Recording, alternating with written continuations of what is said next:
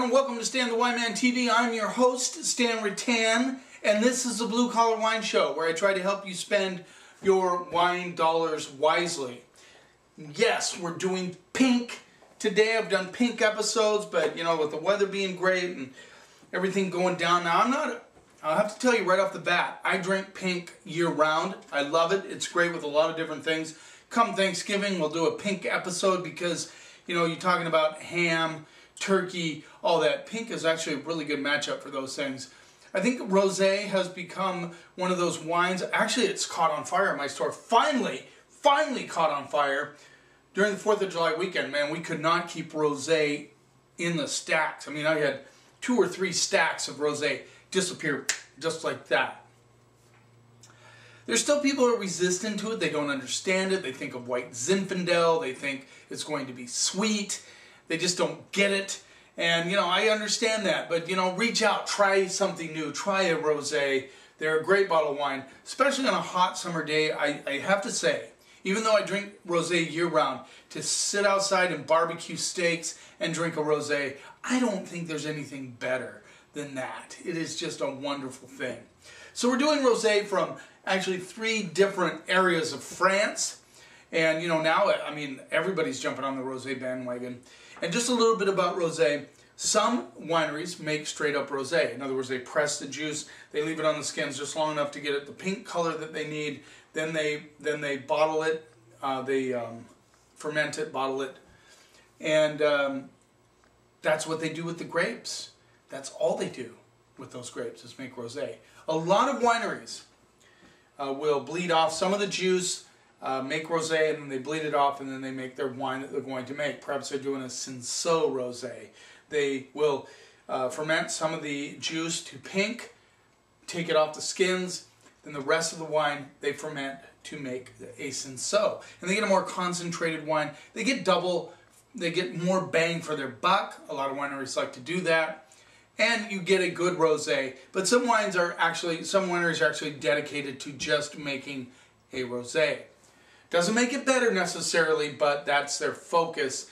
And sometimes you can see the quality of those rosés as just a notch or 2 higher than what they call this Saunier method or the bleed-off method. Saunier, French for bleed.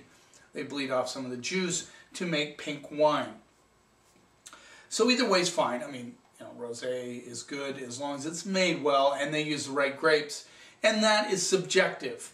Like, I used to never like rosé made from Pinot Noir grapes, but recently I've tried a couple of really good ones. I'm never closed-minded about it, but it took me a while to find a good rosé from Pinot Noir. My favorite rosés come from Mourvèdre and Cinsault and sometimes Grenache. But my favorite by far is Cinsault rosé. Anytime I find a Cinsault-based rosé, I get excited. So let's get started. Petit Rimoresque Rosé 2014 Côte de Provence, Grenache, Cinsault, and Syrah are the 3 grapes. Now these other 2 don't make reference to it, but that's okay. This rolls in at $11.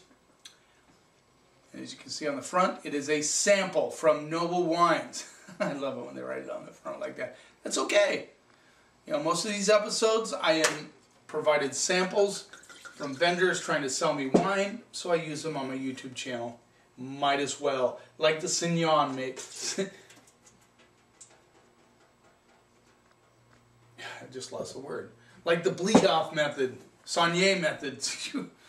I get double my money. I get to blog about it, I get to YouTube about it, and perhaps I get to use it in the store. 3 times. 3 bangs for the buck. Love it. $11 from Provence. Now Provence, southeast France, is known for rosé. They do a great job. They do a lot of great wines in Provence. But rosé from Provence is very iconic. Bandol Rosé, huge following. Many others.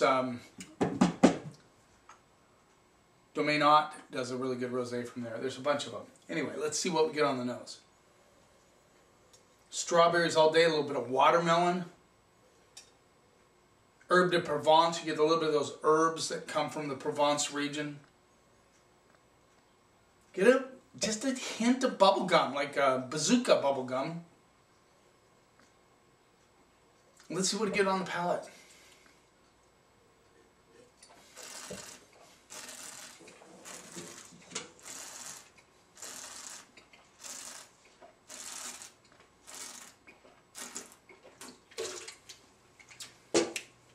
Watermelons, cherries all day, lots of cherries. Get a little bit of that herbal component on the back end. Good acidity, makes it kind of bright on the palate, which I like. Getting a little bit of white pepper on the backside was interesting. Got a lot of black pepper a couple episodes ago on the Sauvignon Blancs, which was very curious. The herbs part, herb de Provence, you've seen those in the store, is prominent on the backside. The watermelon comes through.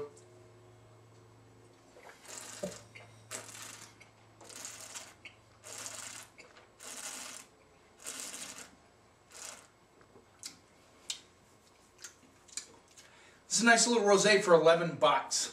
And once again, I can tell you that this is a great match with salads, with sushi, with hot dogs, with ham, with chicken, with fish.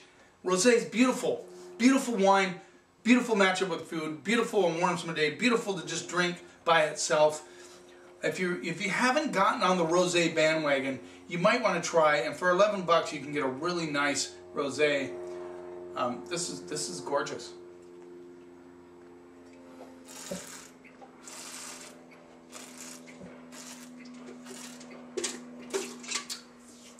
Little bubble gum, tiny bit of bubble gum, which is not uncommon with rosé.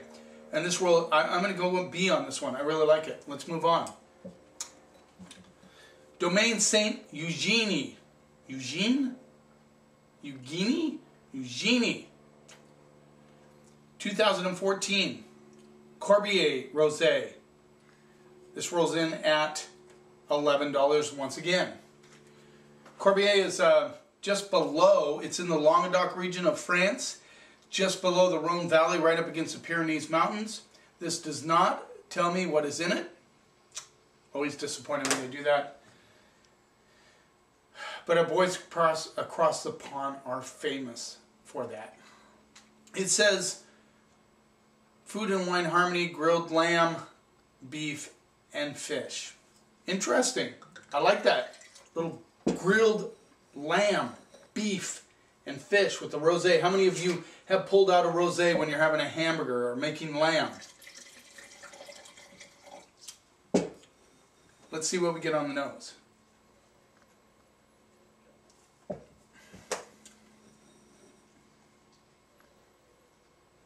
Languedoc could be a number of grapes in this wine. Carignan is a big one in the Languedoc region. They do some Grenache, of course. Syrah. This one has a really nice little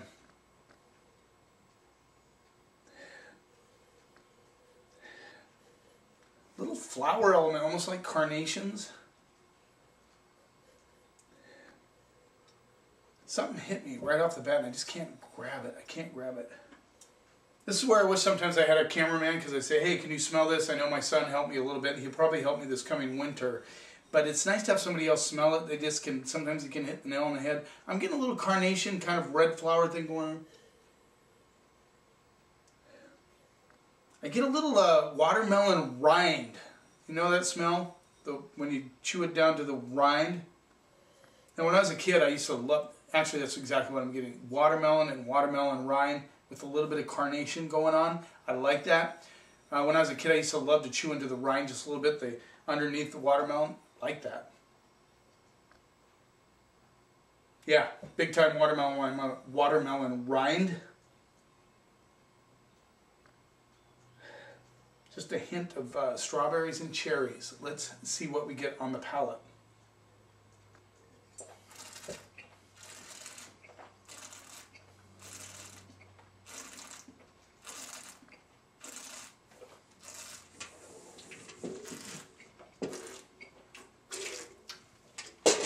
Entirely different style on the palate. This has more intensity on the mid palate.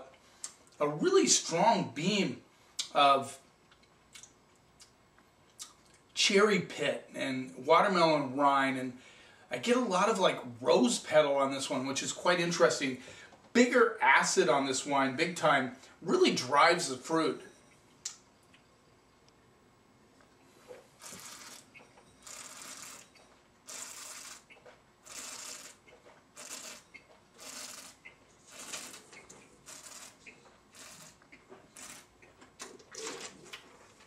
I wish I would have looked this up. I'm curious what the grapes are. I wouldn't be surprised if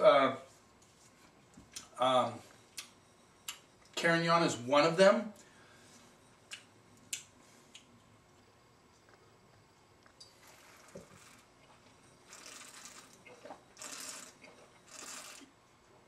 They do a lot of different, like I said, they do a lot of different varietals down there. I can see why they say this goes with grilled beef. This has a more intensity. This is more weight. Almost got a meaty element to it, but not quite. It doesn't remind me as Tavel, which is part of the Rhone Valley, Southern Rhone. They only can do rosé, and they use Mourvedre quite a bit. This could have a little Mourvedre, although I'm not so sure that they do a lot of Mourvedre down in the Languedoc. Probably not so much. But this has some intensity to it. I can see this matching up exactly what they say about grilled lamb would be awesome with this wine. I agree with that entirely.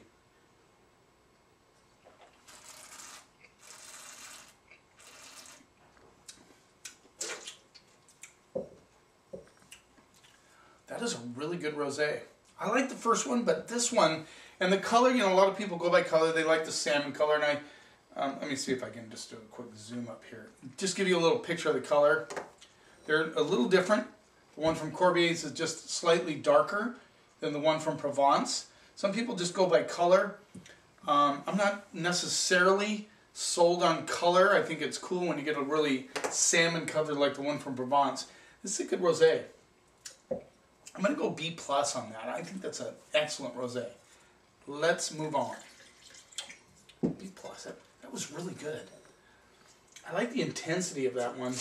Without getting heavy or goopy, it's got good acidity. Yeah, good stuff. Now we're going to move on to Belarus Côte de Rhone from M. Chapoutier, or Chapoutier, I love saying that, Chapoutier, 2014.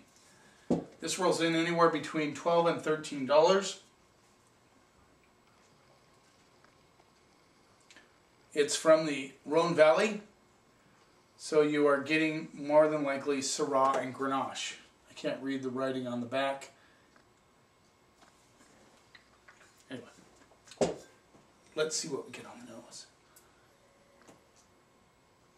Sometimes, you know, I think it's beneficial to identify the grapes in there, and I know a lot of the geeks, like my buddy Alan, would love to know that, and he can look it up. You can look it up online. Hopefully they tell you what's in it. I didn't get a chance to do that, but a lot of you just want to drink it and enjoy it. That's what wine's about. Don't necessarily need to know the grapes. I like to know the grapes from a review standpoint, so I really appreciate it when they put those on there. But I'm going to stick out my neck and say it's more than likely Syrah Grenache based, being from the Rhone Valley.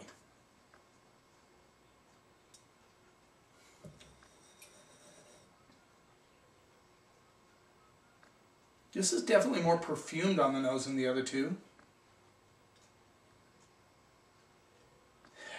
I get like pink rose petals and strawberries.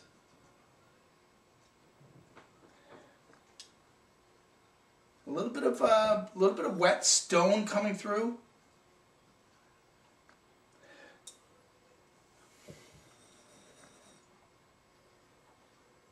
And definitely some cherry and watermelon. It's kind of all those, kind of a potpourri of all those flavors together. Gives it a really perfumed nose. Let's see what we get on the palate.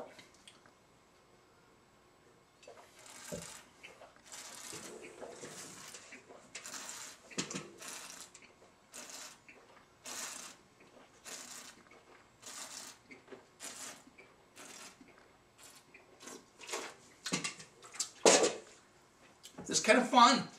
Get a lighter style herbal component, Syrah. Get more intense, meaty, you know, real focused through the palate. Now this one has a little spice action, so I'm going to go Grenache on this one. I think you get that white pepper from the Grenache. I think it's predominantly Grenache would be my guess. A lot of strawberries, which is definitely a Grenache flavor profile. Couldn't spit that one out.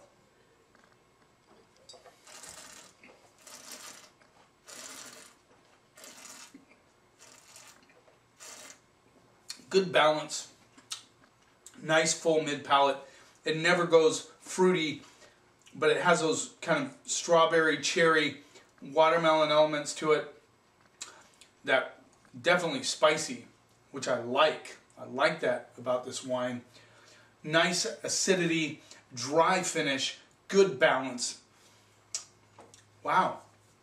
That's what I love about rosé, and I think a lot of people, a lot of you don't realize the diversity within rosé. You see pink, you think, boring, or just light, or whatever. These are all very interesting and different wines, and they're not very much money. At 11, 11, 12, 13, you know, all very reasonably priced. I'm going to go B+, A- on the Chapoutier, just to say that name, Chapoutier. Very good rosé, very nice balance. All of them, you know, B+, B+, B+, A-. Good stuff. This might be one of the better Côte de Rhone rosés that I've had in a while. I'm super impressed with it.